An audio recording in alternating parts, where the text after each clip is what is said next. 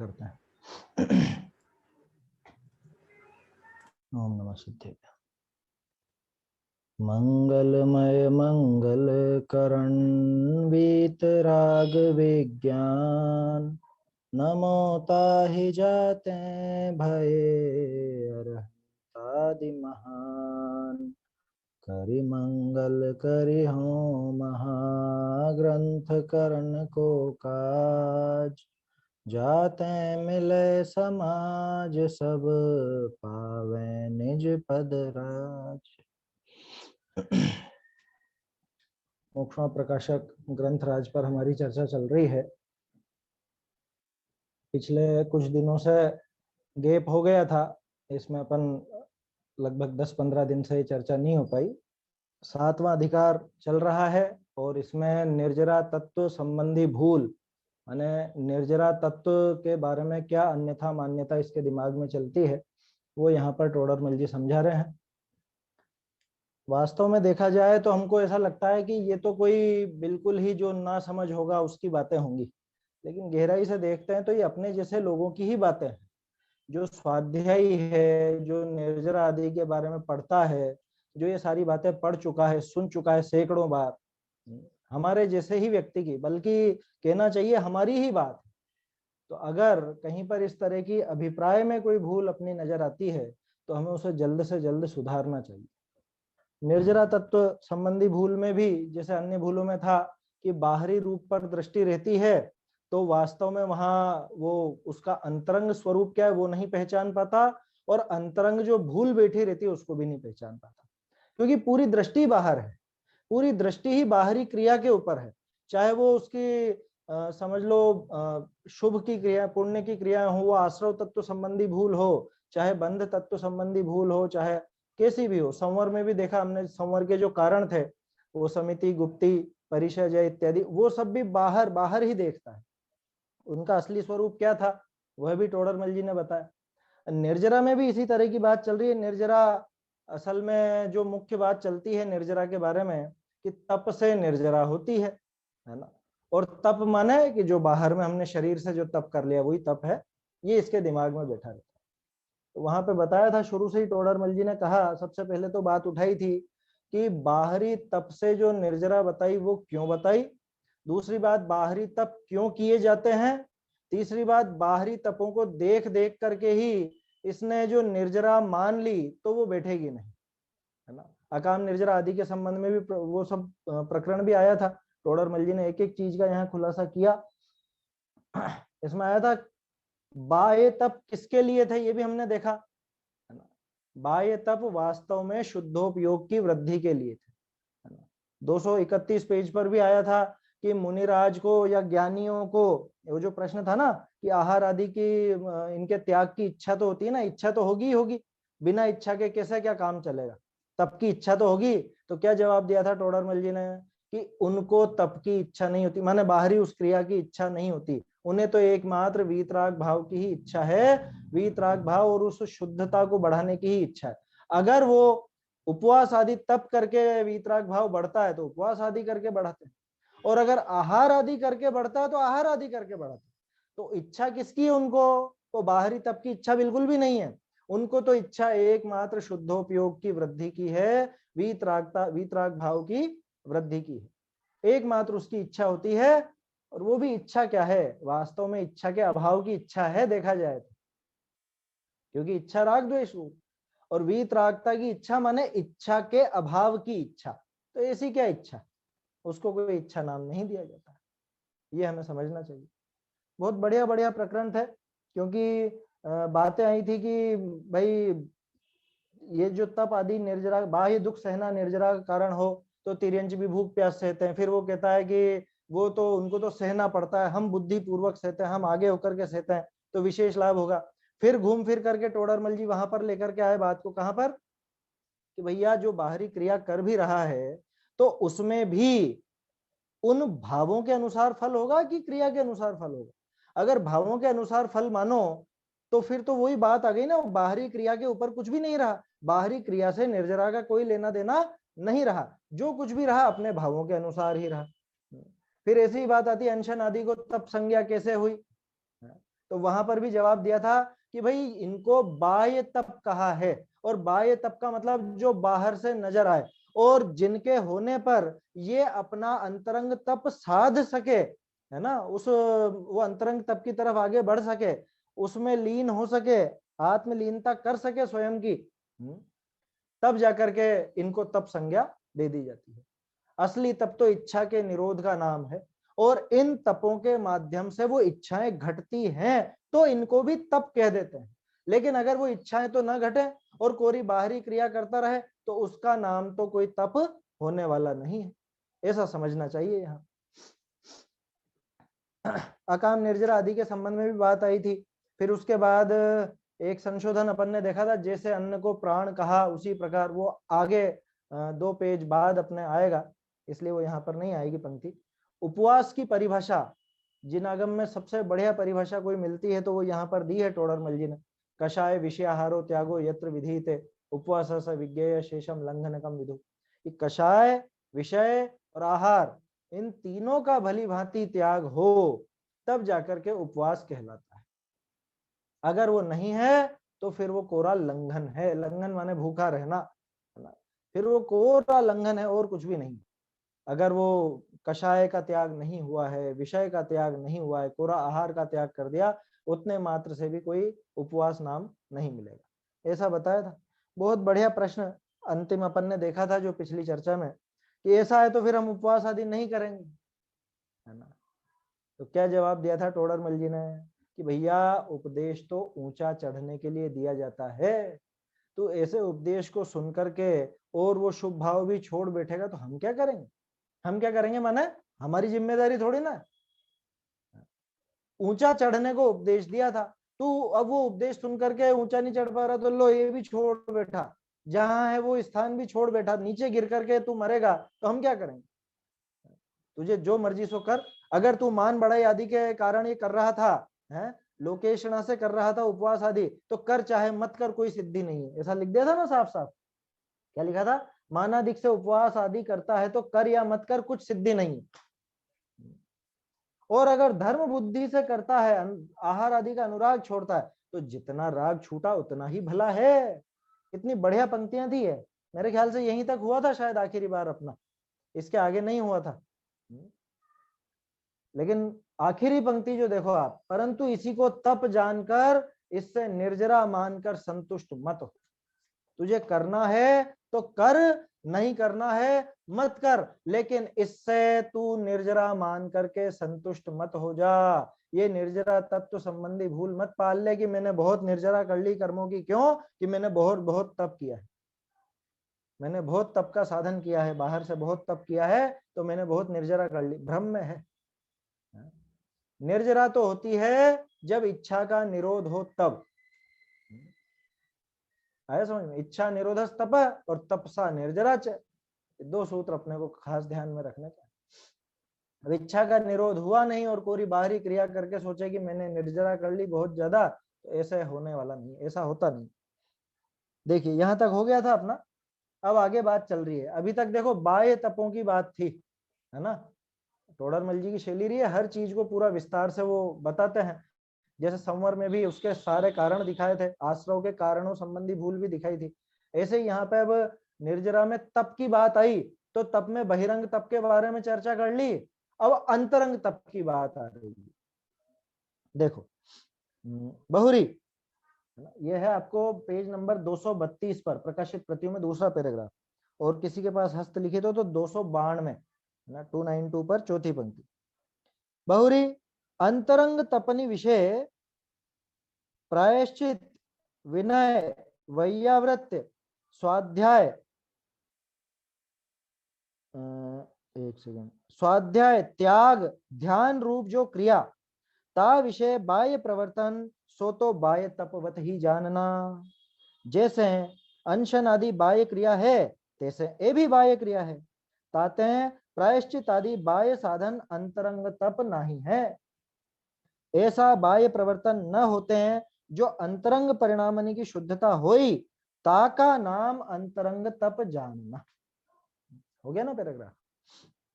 क्या कहा? भाई अंतरंग तप में ये नाम दिए यहाँ, प्रायश्चित, विनय, वैयावृत्य, स्वाध्याय, त्याग और ध्यान। ये टोडरमल जी ने नाम बदल दिया, व्युत्सर्ग की जगह त्याग नाम दे दिया। व्युत्सर्ग क्या चीज है? व्युत्सर्ग माने त्याग ही तो है। व्युत्सर्ग का अर्थ त्याग ही होता है, आया समझ में? अब वो त्याग कोई ये त्याग नहीं कि अभक्ष छोड़ दिया और ये दूसरी चीजें छोड़ दी, ये क्रिया छोड़ दी, वो त्याग नहीं। संसार, शरीर आदि, मतलब इन सब का त्याग एक तरह से, मतलब कुल मिला के ममत्व का त्याग, उसका नाम व्युत्सर्ग होता है। और वो ममत्व का त्याग तभी बनता है जब स्वाध्याय हो, इसलिए स्वाध्याय पहले क्रम पे आती है, फिर व्युत्सर्ग आता है और फिर ध्यान आता है। आया समझ में? ये क्रम है एक तरह से देखा जाए तो, इस क्रम से ही बनती है ये क्रियाएं भी। खैर, अंतरंग तप की चर्चा चली, तो अंतरंग तप में ये 6 नाम आते हैं, ठीक है। अब हुआ क्या कि ये किसको कहते हैं? स्वाध्याय। ये अपन कर तो रहे हैं स्वाध्याय, ये स्वाध्याय तप हो गया है। या व्युत्सर्ग किसे कहते हैं?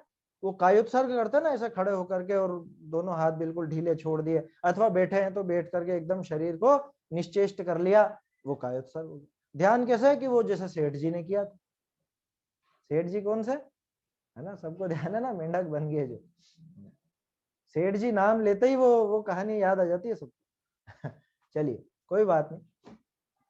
तो कहने का अर्थ ये है कि ये जो भी नाम आए हैं, प्रायश्चित किसको कहा? प्रायश्चित, यार ऐसी ऐसी गलती हो गई, अब मैं इसका वो प्रायश्चित लेने जा रहा हूँ। किसके पास जा रहा हूँ? गुरु के पास जा रहा हूँ, गुरु से निवेदन कर रहा हूँ।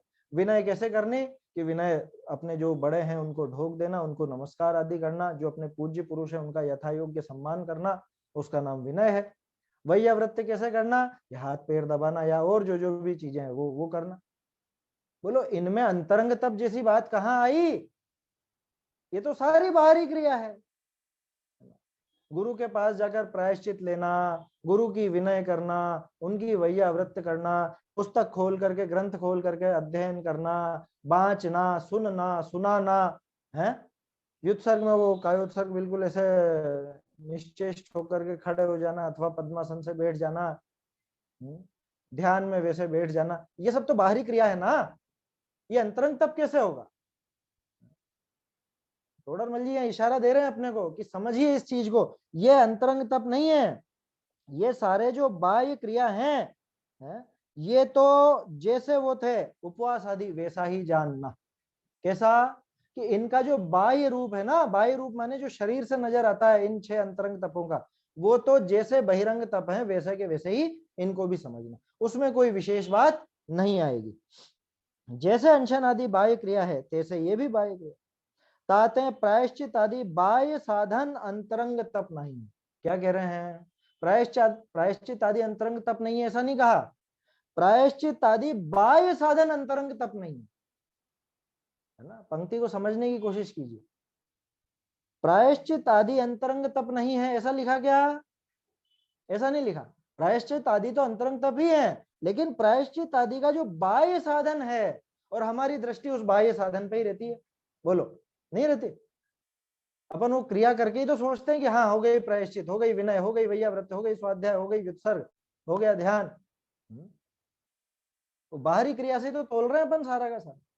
ये भूल है। वो अंतरंग तप का जो स्वरूप है उसको समझता नहीं है, बाहरी रूप को ही वो अंतरंग समझ करके वैसा समझ मानने लग जाता। ये अंतरंग तप नहीं है। ऐसा बाह्य प्रवर्तन होते हैं जो अंतरंग परिणामनी की शुद्धता होई, ताका नाम अंतरंग तप जानना। ये परिभाषाएं कहां मिलेंगी? टोडरमल जी ने दिए निकाल निकाल कर। भैया ये जो बाहरी क्रिया है ना, ये ऐसा जो बाह्य प्रवर्तन दिखाया, ये 6 अंतरंग तप का, इनका बाह्य प्रवर्तन होने पर, यानी बाहर में वैसी प्रवृत्ति होने पे जो अंतरंग में शुद्धता प्रकट हुई है, अंदर में जो शुद्धता आई है, उस शुद्धता का नाम ही अंतरंग तप जानना। वास्तव वो शुद्धता है अंतरंग तप। आया समझ में? आपने एक पाठ पढ़ा होगा, वीतराग विज्ञान भाग 1 में, चौथा पाठ है शायद, षट आवश्यक का। षट आवश्यक में एक परिभाषा, मतलब हर एक की अलग अलग परिभाषा दी, और फिर निश्चय से आवश्यक और व्यवहार से आवश्यक, इनकी भी परिभाषा दी। निश्चय से देव दर्शन क्या है, निश्चय से देव पूजा क्या है, ज्ञानी श्रावक के योग्य आंशिक शुद्धि ही निश्चय से देव पूजा। ज्ञानी श्रावक के योग्य है आंशिक शुद्धि ही क्या है, गुरु उपासना है, वो ही स्वाध्याय है, वो ही तप है, वो ही दान है? ये सारी की सारी चीजें ज्ञानी श्रावक के योग्य आंशिक शुद्धि, सब में एक ही परिभाषा कि वास्तव में अंतरंग तो ऐसा ही होता है। तो ऐसे अंतरंग तप तो इन क्रियाओं के माध्यम से जो अंतरंग शुद्धि प्रकट हुई है, अंतरंग शुद्धि, उस शुद्धि का नाम ही अंतरंग तप है। अरे इसको बिल्कुल आप आसानी से समझने की कोशिश कीजिए। तप की परिभाषा क्या थी? इच्छा निरोधस तप है, ठीक है। इच्छा का निरोध होना वो तप है। इच्छा का निरोध बाहर में होता है कि अंदर में होता है? अंदर में होगा। वो कब होगा? कि जब अंदर में वो शुद्धि प्रकट होगी। तो अंदर में जो शुद्धि प्रकट हुई वो अंतरंग तप है। अब वो अंतरंग तप बाहर में अगर आपको प्रायश्चित आदि नजर आ रहे हैं उस शुद्धि के साथ में, उसको प्रायश्चित, उस शुद्धि के साथ में वो बाहर में विनय नजर आ रही है, वो समान नजर आ रहा है, तो हम उसको विनय नाम दे देते हैं। है अंतरंग तप, लेकिन बाहर की उस क्रिया के हिसाब से उसका वो नाम रख दिया जाता है। समझ में आ रही है बात? तो अंतरंग परिणामने की शुद्धता हुई, ताका नाम अंतरंग तप जानना, उसका नाम अंतरंग तप है। अब यहाँ पे एक और चीज समझा रहे हैं, कहाँ भी इतना विशेष है। बहुत शुद्धता भय शुद्धोपयोग रूप परिणति हुई, तहां तो निर्जरा ही है, बंध नाही हो है। और स्तोक शुद्धता भय शुभोपयोग का भी अंश रहे, तो जेती शुद्धता भई ता करी तो निर्जरा है, जेता शुभ भाव है ता करी बंध है। ऐसा मिश्र भाव युगपत हो है, तहां बंध व निर्जरा दो हो। ये पैराग्राफ समझने जैसा है थोड़ा, क्योंकि आगे प्रश्न भी खड़ा होगा। क्या कह रहे हैं यहाँ पे कि बहुत शुद्धता होने पर शुद्धोपयोग रूप परिणति होती है, वहां पर तो निर्जरा ही है, बंध नहीं। किसकी बात चल रही है? ये बात चल रही है महामुनिराज की, है ना। वो मुनिराज के जो 3 कषाय चौकड़ी के अभाव रूप शुद्धता प्रकट हुई ना, और वहां पे शुद्धोपयोग रूप परिणति चल रही है, वहां पे तो निर्जरा ही है, बंध नहीं, वहां जरा भी बंधन नहीं, ठीक है। और अल्प शुद्धता होने पर, अब अल्प शुद्धता कैसी? ये श्रावक की बात आ गई, चौथा गुण स्थान अथवा 5वां गुण स्थान। ऐसी अल्प शुद्धता होने पर क्या हुआ कि अल्प शुद्धता होने पर शुभोपयोग का भी अंश रहता है। शुभोपयोग का अंश भी वहां पर है, शुभ भी है, शुद्ध भी है, मुनिराज भी है इसमें शामिल। ध्यान रखिएगा, यहाँ छठे गुण स्थान वाली बात आ जाएगी, है ना। 7वें की बात ना लेकर के छठे की बात कर। और वैसे अगर गंभीरता से विचार किया जाए तो वहां 7वें में भी शुभ का बंधन भी है, उस सिद्धांत की बात अलग चलेगी। अभी तो अपन इसको समझें कि जहां पर भाई शुद्धता ज्यादा है ना, तो वहां तो निर्जरा ही समझना। जहां शुद्धता ही शुद्धता नजर आ रही है वहां निर्जरा ही है, बंधन नहीं है। बहुत है ना, बहुत ज्यादा शुद्धता है तो निर्जरा ही है, बंधन नहीं है। और अल्प शुद्धता होने पर शुभोपयोग का भी अंश रहता है। ये मिश्र दशा है, मिश्र दशा। परमार्थ वचनिका अगर आपने पढ़ी होगी तो वहां पे मिश्र दशा दिखाई है, मिश्र निश्चयात्मक द्रव्य और वो सारी बातें आती हैं उसके अंदर। तो ये मिश्र दशा में क्या होता है कि यहाँ पे एक साथ ही ऐसा परिणाम चलता है, वो पर्याय ऐसी रहती है मिश्र रूप कि उसमें से निर्जरा भी होती है, मतलब उसके कारण निर्जरा भी होती है, उसी के कारण बंधन भी होता है। कि ऐसा कैसे संभव है?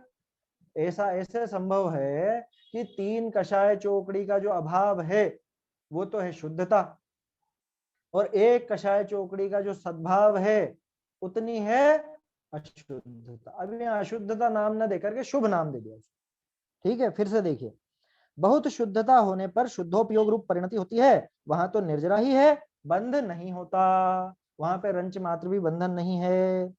और अल्प शुद्धता होने पर शुभोपयोग का भी अंश रहता है।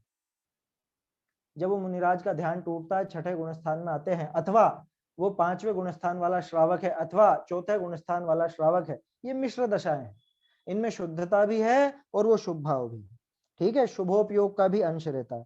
तो इसलिए जितनी शुद्धता हुई उससे तो निर्जरा है, और जितना शुभ भाव है उससे बंध है।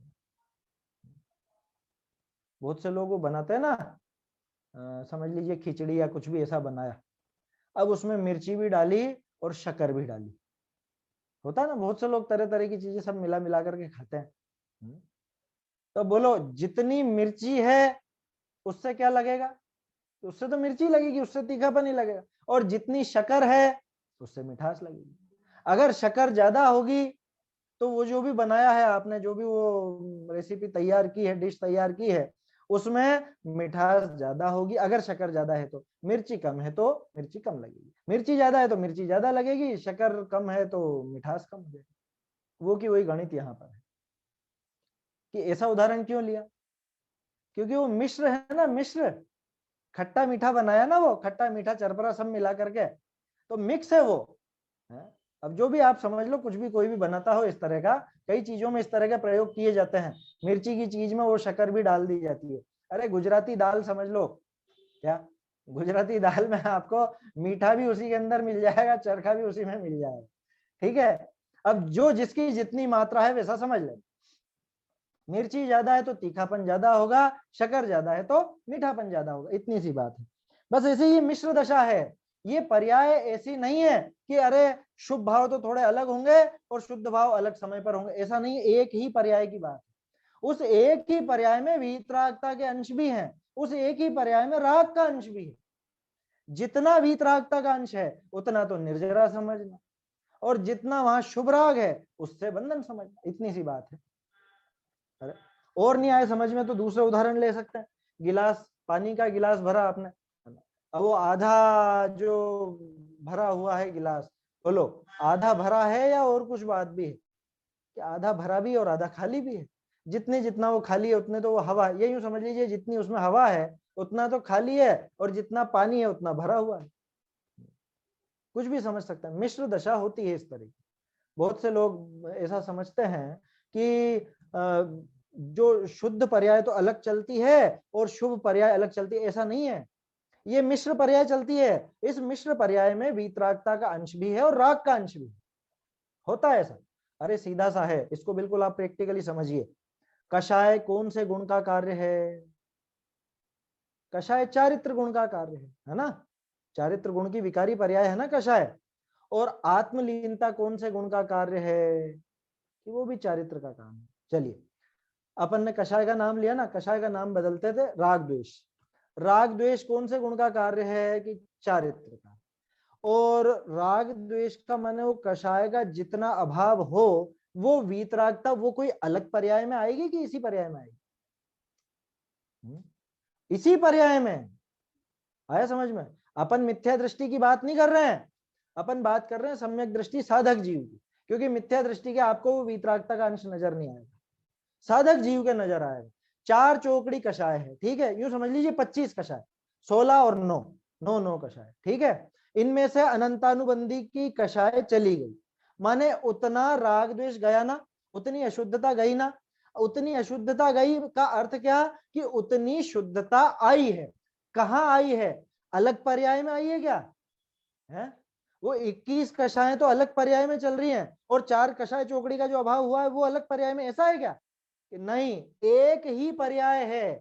वो चारित्र गुण की एक ही पर्याय, उस एक ही पर्याय में अनंतानुबंधी की चौकड़ी का अभाव भी है, और उस एक ही पर्याय में बाकी की 21 कषायों के सद्भाव रूप उतनी अशुद्धता भी है, ठीक है। अथवा 5वें गुण स्थान वाले की बात कर लो, वहां पे 8 कषायों का तो अभाव हो गया, और कितनी बची, 17 कषायों का सद्भाव है। तो जितनी का अभाव है उतनी शुद्धता है, जितनी का सद्भाव है उतनी अशुद्धता है। मुनिराज की बात कर लो कि 12 कषायों का तो अभाव है और 13 कषायों का सद्भाव है। तो 12 कषायों के अभाव रूप वीतरागता उसी पर्याय में, 13 कषायों के सद्भाव रूप शुभ भाव उसी पर्याय में। क्यों शुभ भाव क्यों कहा मैंने, क्योंकि मुनिराज की बात चल रही है, वहां अशुभ नहीं होता है ना, वहां अशुभ नहीं होता, इसलिए अपन ने शुभ की बात की। अब फिर से पढ़िए इसको, क्या कहा, बहुत शुद्धता होने पर शुद्धोपयोग रूप परिणति होती है, वहां तो निर्जरा ही है, बंध नहीं होता, वहां पर बंधन नहीं है। कहने का अर्थ यह है कि शुद्धता बंधन का कारण नहीं। ठीक है, आगे देखिए। और अल्प शुद्धता होने पर शुभोपयोग का भी अंश रहता है।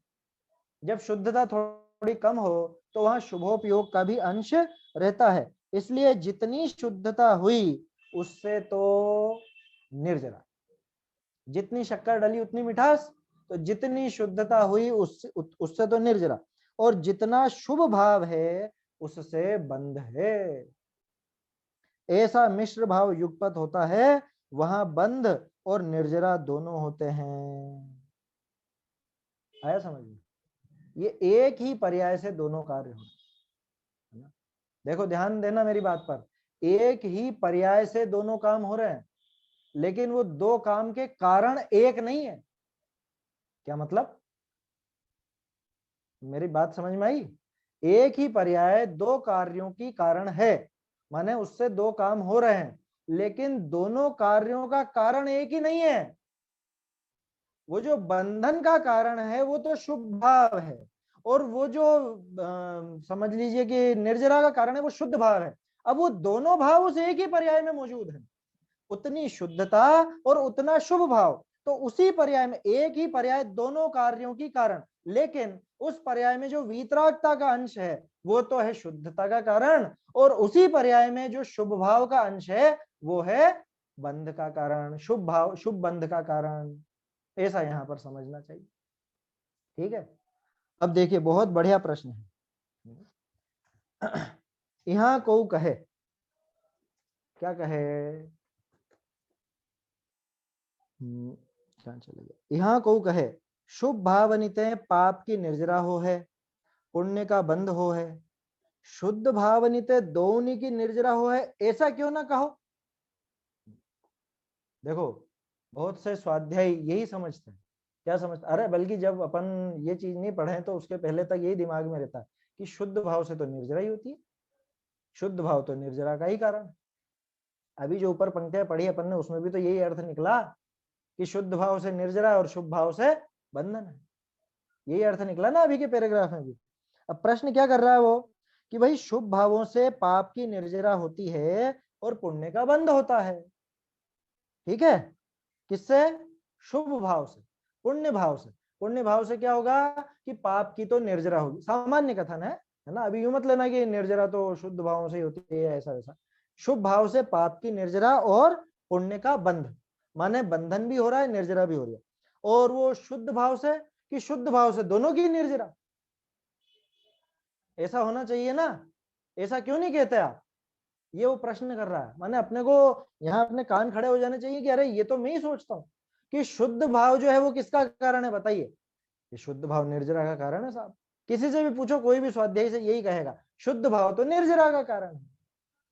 जबकि टोडरमल जी यहाँ पे कुछ और बात कहना चाह रहे हैं। यहाँ शुद्ध भाव को निर्जरा का कारण नहीं कह रहे हैं, यहाँ कह रहे हैं कि शुद्ध भाव से दोनों हो रहे हैं, दोनों चीजें वहां पर आ रही है। माने वो शुद्ध भाव की जो पर्याय चल रही है, पर्याय तो एक ही नजर आ रही है ना, वो एक ही पर्याय में या एक ही पर्याय के कारण वहां पे निर्जरा भी हो रही है और पुण्य का बंध भी हो रहा है। तो सामने वाले ने प्रश्न खड़ा कर दिया, ऐसा कैसे हो सकता है? शुद्ध भाव से तो निर्जरा ही होगी ना। शुभ भावों से आप पुण्य की पाप की निर्जरा और पुण्य का बंध कह लो, आप शुद्ध भाव से भी बंधन बता रहे हो। बड़ी विचित्र बात है। देखो ये उससे उल्टा लगता है, किससे? कि जब वहां शुभ भावों से, शुभ भावों को मोक्ष का कारण माने, है ना, शुभ भावों को पुण्य बंध का कारण भी माने और शुभ भावों को मोक्ष का कारण भी माने, ये विपरीतता है ना। अब इससे उल्टा कर लो, शुभ भाव के स्थान पे शुद्ध भाव कर लो, शुद्ध भाव को मोक्ष का कारण कहना, निर्जरा कारण कहना, ये तो उचित है, लेकिन आप शुद्ध भावों को पुण्य बंध का कारण भी कह रहे हो। ये प्रश्न है सामने वाले, और ये प्रश्न पढ़े लिखे स्वाध्यायी का है। क्यों? क्योंकि किसी से भी पूछो शुद्ध भाव किसका कारण, कि निर्जरा का कारण। और टोडरमल जी साहब आप क्यों इसको निर्जरा का कारण नहीं बता रहे हो, सिर्फ सिर्फ निर्जरा का कारण क्यों नहीं बता रहे हो आप इसको पुण्य बंध का कारण भी क्यों कह रहे हो? इसका जवाब देखिए बहुत अच्छा, ताक का उत्तर, ये सिद्धांत का जवाब है, मतलब सिद्धांत ग्रंथों में जो बात आती है वैसे।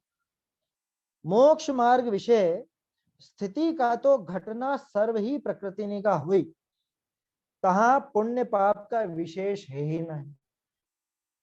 और अनुभाग का घटना पुण्य प्रकृति का शुद्धोपयोग ते भी होता नहीं। क्या ऊपरी ऊपरी पुण्य प्रकृति के अनुभाग का तीव्र बंध उदय हो है, तीव्र बंध उदय हो। हाँ, अरे पाप प्रकृति के परमाणु पलटी शुभ प्रकृति रूप होई, ऐसा संक्रमण शुभ शुद्ध दो भाव होते होई, ताते पूर्वोक्त नियम संभवे नहीं। पूर्वोक्त नियम संभवे नहीं, विशुद्धता ही के अनुसार नियम संभवे है ना। देखो घबराना नहीं, टोडरमल जी ने भी कोई वीतराग भाव से बंधन नहीं बताया, लेकिन वो समझा रहे हैं कि कहाँ कैसी पद्धति चलती है, किस जगह कर्मों की कैसी दशा बनती है, वो यहाँ पर टोडरमल जी समझा रहे हैं। इस पंक्ति को समझिए भाई, मोक्ष मार्ग में स्थिति का तो घटना सर्व ही प्रकृति का हुई। क्या कोई भी प्रकृति हो XYZ, चाहे ज्ञानावर्णी की हो चाहे वेदनी की हो, माने घातिया हो चाहे अघातिया हो, सबकी स्थिति तो घटेगी ही घटेगी। चार प्रकार का बंधन होता है ना, प्रकृति, प्रदेश, स्थिति और अनुभाग। तो प्रकृति प्रदेश से कोई फर्क पड़ता नहीं है, जो भी खेल है सारा का सारा स्थिति और अनुभाग का है। तो स्थिति और अनुभाग का क्या होगा कि अगर मोक्ष मार्ग की बात करें तो मोक्ष मार्ग में तो सारी ही प्रकृतियों की स्थिति घटेगी, कम होगी। क्यों? क्योंकि अगर स्थिति ज्यादा रहेगी तो लंबे समय तक उसको संसार में रहना पड़ेगा। आया समझ में? इसलिए स्थिति तो घटेगी घटेगी, चाहे पुण्य प्रकृति हो चाहे पाप प्रकृति हो। तो तहां तो पुण्य पाप का विशेष है ही नहीं।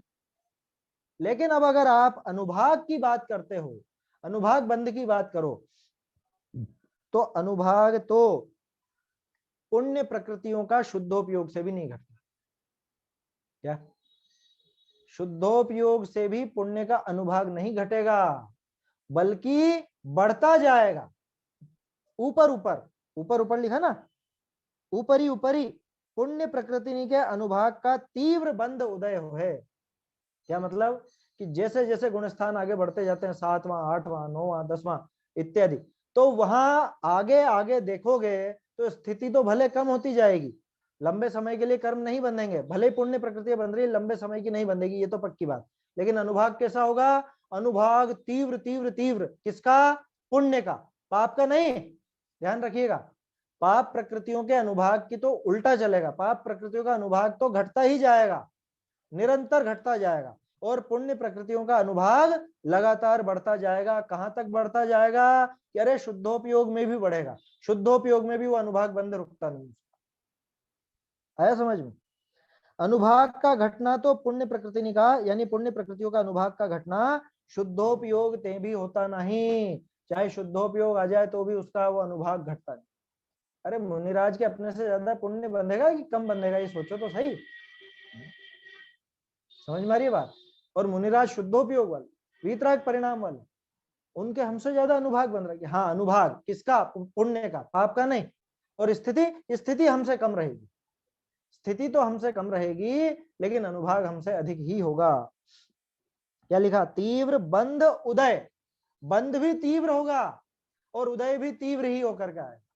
पिछला हल्का भी बंधा होगा तो वो तीव्र बढ़ करके आएगा, पाप नहीं पुण्य। ध्यान रखिएगा, बार बार ये सोचना पड़ रहा है अपने। पाप प्रकृतियों की बात नहीं चल रही है, पुण्य प्रकृतियों की बात चल रही है। पाप का बंधन तो है ही नहीं, पुण्य का बंधन है, और पुण्य की स्थिति कम है लेकिन अनुभाग बहुत तेज है। किस दशा में? शुद्धोपयोग की दशा में भी उसका अनुभाग तीव्र ही होता है, तीव्र ही बंधता, तीव्र ही उदय में आता है। और पाप प्रकृति उनका क्या होता है? पाप प्रकृतियों के परमाणु पलट करके शुभ प्रकृति रूप होई, ऐसा संक्रमण शुभ शुद्ध दो भाव थे।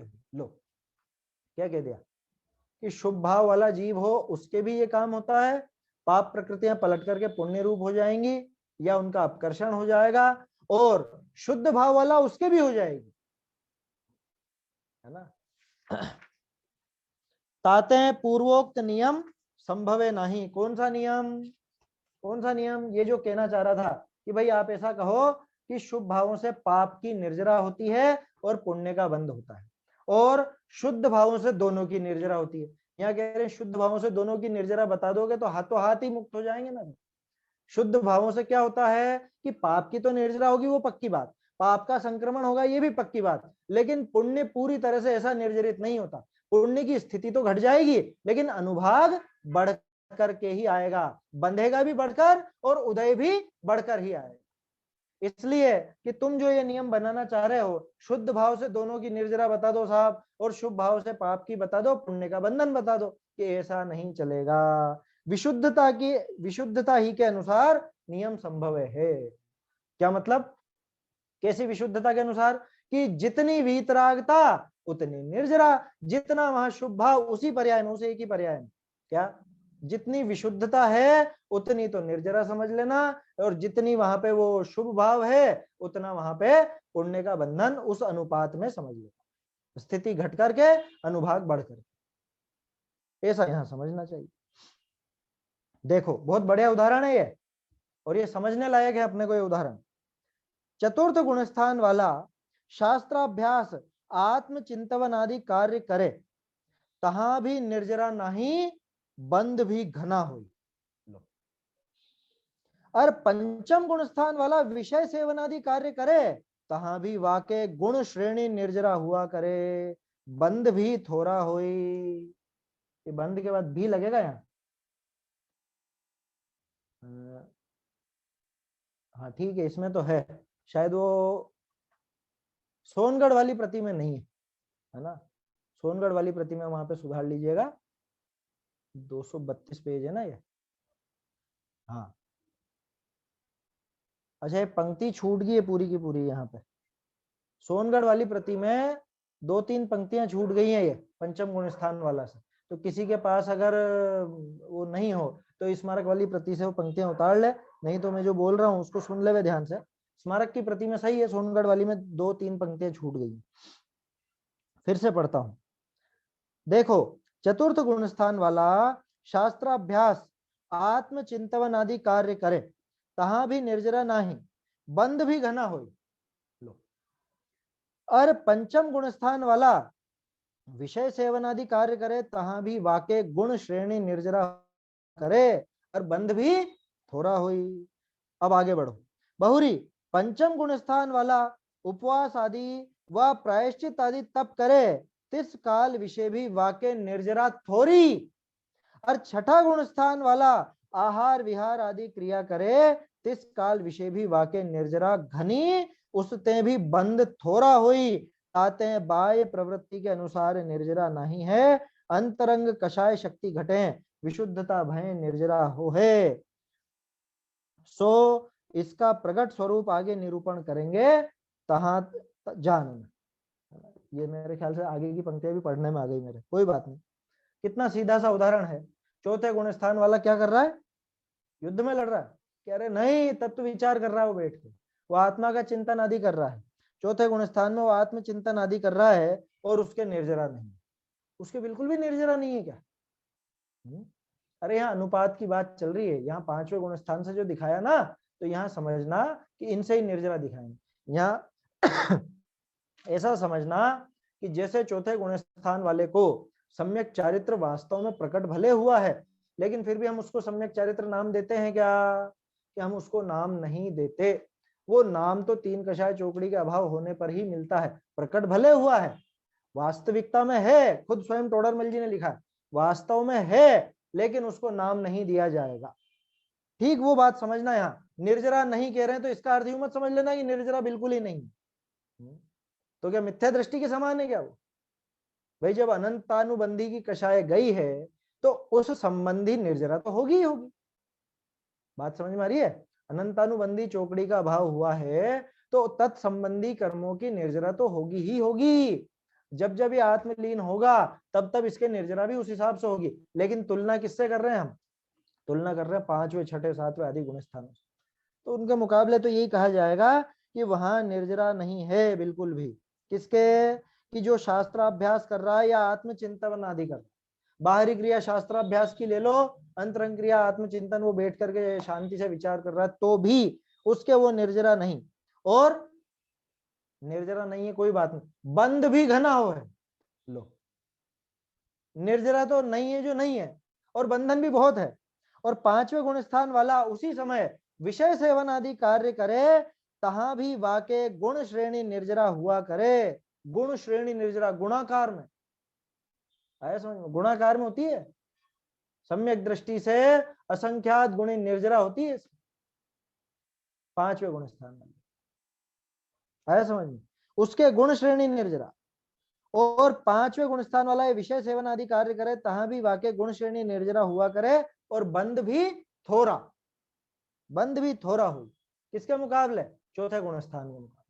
चौथे गुण स्थान वाले के मुकाबले पांचवें गुण स्थान वाले के निर्जरा ज्यादा और बंध कम। कब?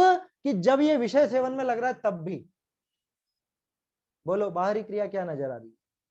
इधर चौथे गुण स्थान के बाहरी क्रिया नजर आ रही है अपने को शास्त्र स्वाध्याय, या अंतरंग क्रिया की भी बात करें तो नजर आ रहा है अपने को तत्व विचार, है ना। और पांचवें गुण स्थान वाले के क्या नजर आ रहा है? व्यापार धंधा इत्यादि, पांच इंद्रिय के विषय भोग, है ना। समझ लो जो सारे काम, घर गृहस्थी के सारे काम नजर आ रहे हैं, बच्चे बच्चियों को खिला रहा है, अथवा पांचों इंद्रिय के जो विषय भोग हैं, खूब खा रहा पी रहा है, ओढ़ रहा है पहन रहा है। अरे शादी ब्याह करता हुआ दिखे, बोलो नहीं होती क्या पांचवें गुण स्थान वाले की शादी? है? अभी तो लोगों के दिमाग में जाने क्या क्या बैठा हुआ है। पांचवा गुण स्थान वाला हो गया, माने प्रतिमा वाला हो गया तो शादी वादी नहीं करेगा। क्यों नहीं करेगा? सातवीं प्रतिमा हो तब नहीं करेगा। समझ में आई बात? उसके पहले तक तो विवाह आदि सब है। व्यापार करेगा कि नहीं करेगा? कि समाज के माथे बैठ जाएगा? है? अरे आठवीं प्रतिमा तक व्यापार कर सकता है, मतलब आठवीं के पहले तक वो ब्रह्मचर्य प्रतिमा वाला भी व्यापार कर सकता है। लेकिन वो व्यापार करता दिखे तो अपने को लगे अरे ऐसा कैसा ब्रह्मचारी? अरे तुमको किसने कहा कि वो नहीं कर सकता व्यापार? ब्रह्मचारी जी दुकान पर बैठे दिखे तो क्या आएगा लोगों के दिमाग में कि अरे ऐसा कैसा ब्रह्मचारी? अरे ऐसा कैसा क्या? ब्रह्मचारी में मना कहा है व्यापार की? वो तो आरंभ त्याग, परिग्रह त्याग, वो प्रतिमाएं हो तब जाकर के वो व्यापार आदि छूटता। खैर वापस से उदाहरण पर आ जाइए। चौथे गुण स्थान वाला क्या करता हुआ नजर आ रहा है? स्वाध्याय और तत्व विचार। ये क्या करता हुआ नजर आ रहा है? व्यापार धंधा, शादी ब्याह, बच्चा बच्ची, खाना पीना, ओढ़ना पहनना, ये सब। अरे युद्ध, युद्ध में लड़ता हुआ दिखाई दे रहा है, बोलो। और फिर भी किसके है निर्जरा ज्यादा, किसके है बंध ज्यादा? कि वो चौथे गुण स्थान वाले के बंध ज्यादा है, इस पांचवें गुण स्थान वाले के बंध कम है। चौथे गुण स्थान वाले के निर्जरा नहीं है, इसके गुण श्रेणी निर्जरा है पांचवें वाले। ये कैसी बात है? ये बाहर में तो ऐसा नजर आ रहा है कि यही तो समझाना चाह रहे हैं इतनी देर से कि बाहरी क्रिया से निर्जरा का लेना देना नहीं है। अगर बाहरी क्रिया से निर्जरा का लेना देना होता तो चौथे गुण स्थान वाला छोड़ो, वो मिथ्या दृष्टि इनसे आगे निकल जाता। वो द्रव्यलिंगी क्यों रह गया? वो नौवें ग्रह जाकर के क्यों रह गया? क्यों वो संसार में ही पड़ा रह गया? बाहरी क्रिया में तो कोई कमी नहीं थी। समझ में आ रही है बात? अब इससे भी आगे देखें, इस पांचवें वाले की तुलना करो छठे गुण स्थान वाले मुनिराज से, तो मुनिराज आहार आदि उपदेश देते हुए दिखें, या ये जो लिखा है यहाँ पे, पंचम गुण स्थान वाला उपवास आदि व प्रायश्चित आदि तप करे। उपवास आदि बाह्य और प्रायश्चित आदि अंतरंग आ गए ना, बहिरंग अंतरंग दोनों की बात आ गई। तिस काल विषय भी वाके निर्जरा घनी, उसते भी बंद थोड़ा होई। एक सेकंड, कुछ छूट गई, एक पंक्ति छूट गई। और छठा गुण स्थान वाला आहार विहार आदि क्रिया करे, तिस काल विषय भी वाके निर्जरा घनी, और उसते भी बंद थोड़ा हुई। और वो जो प्रायश्चित आदि तप कर रहा है, तिस काल विषय भी वाके निर्जरा थोड़ी और बंद घना। क्या? पांचवें गुण स्थान वाला प्रायश्चित कर रहा है अथवा उपवास आदि कर रहा है तो भी उसके निर्जरा तो जरा सी है ना? नहीं ऐसा तो नहीं कह रहे है, लेकिन जरा सी है, और बंधन बहुत ज्यादा है। और छठे गुण स्थान वाले मुनिराज आहार कर रहे हैं अथवा विहार कर रहे हैं या और कुछ भी कार्य कर रहे हैं, है ना, कुल मिला के उनकी तो प्रवृत्ति नजर आ रही है, इसकी निवृत्ति नजर आ रही है। इसके निवृत्ति परक प्रवृत्ति होने पर भी इसके निर्जरा नहीं है, मतलब उतनी नहीं है, और उनके बहुत ज्यादा है, निर्जरा ज्यादा, और उससे उसते भी बंद थोड़ा हुई। तो क्या सिद्ध हुआ इससे? ताते बाह्य प्रवृत्ति के अनुसार निर्जरा नहीं। इसलिए पक्का समझ लेना कि बाहरी प्रवृत्ति से निर्जरा का कुछ भी लेना देना नहीं। अंतरंग कषाय शक्ति घटे विशुद्धता भय निर्जरा हो। अंतरंग कषाय शक्ति से सारा लेना देना। अब ये कषाय शक्ति क्या चीज है? अंतरंग कषाय शक्ति माने क्या? लेश्या? लेश्या नहीं है ये। अंतरंग कषाय शक्ति ऐसा लेना कि वो जो अपन ने 25 के नाम लिए थे ना, वो 25 में से कितनी पड़ी हुई है, सीधी सीधी भाषा में कहूँ। अनंतानुबंधी आदि पड़ी है तो कषाय शक्ति पूरी पड़ी है। अनंतानुबंधी की गई तो उतनी कषाय शक्ति कम हो गई है। अप्रत्याख्यानावरण भी चली गई तो समझ लेना आधा युद्ध जीत लिया गया कषाय से। और प्रत्याख्यानावरण भी चली गई तब तो कषाय शक्ति बिल्कुल मरियल हो चुकी है, सिर्फ संजुलन की बची। बल्कि इसको और सरलता से समझना हो तो सीधे सीधे अपन कह सकते हैं कि अनंतानुबंधी कषाय शक्ति का नाम। कषाय शक्ति कितनी? कि अनंतानुबंधी, अनंत। कषाय शक्ति कितनी? कि अप्रत्याख्यानावरणी माने जो प्रत्याख्यान न होने दे ऐसी, अथवा जो अप्रत्याख्यान माने देश चारित्र पर आवरण डाले ऐसी। कषाय शक्ति कितनी? कि जो प्रत्याख्यान माने सकल चारित्र पर आवरण डाले ऐसी। अथवा कषाय शक्ति कितनी? कि संज्वलन जरा सी ऐसी। तो ये कषाय शक्ति के ही नाम है, यूं समझ लो आप। तो ये जो चार चौकड़ी के नाम हैं ये कषाय शक्ति के नाम समझना। जिसके जितनी पड़ी हुई है उसकी कषाय शक्ति उतनी ही बलशाली समझना, उतनी ही ज्यादा समझना, ऐसा है। क्या कहा? अंतरंग कषाय शक्ति घटे और विशुद्धता भय निर्जरा हो। कुल मिला के बात किस पे आ गई? दो बातों पे। कषाय शक्ति कितनी और क्या बोलते हैं इसको, विशुद्धता कितनी। वो विशुद्धता में दोनों चीजें गर्भित समझना। विशुद्धता शुद्ध भाव भी है वहां और शुभ भाव भी है, वो बताया था ना पीछे। शुद्ध भाव से तो निर्जरा वहां रहेगी, और जितनी उसमें जितना शुभ भाव रहेगा उसमें उस अनुपात में पुण्य बंधन आदि भी हो। पुण्य की निर्जरा नहीं है वहां पे।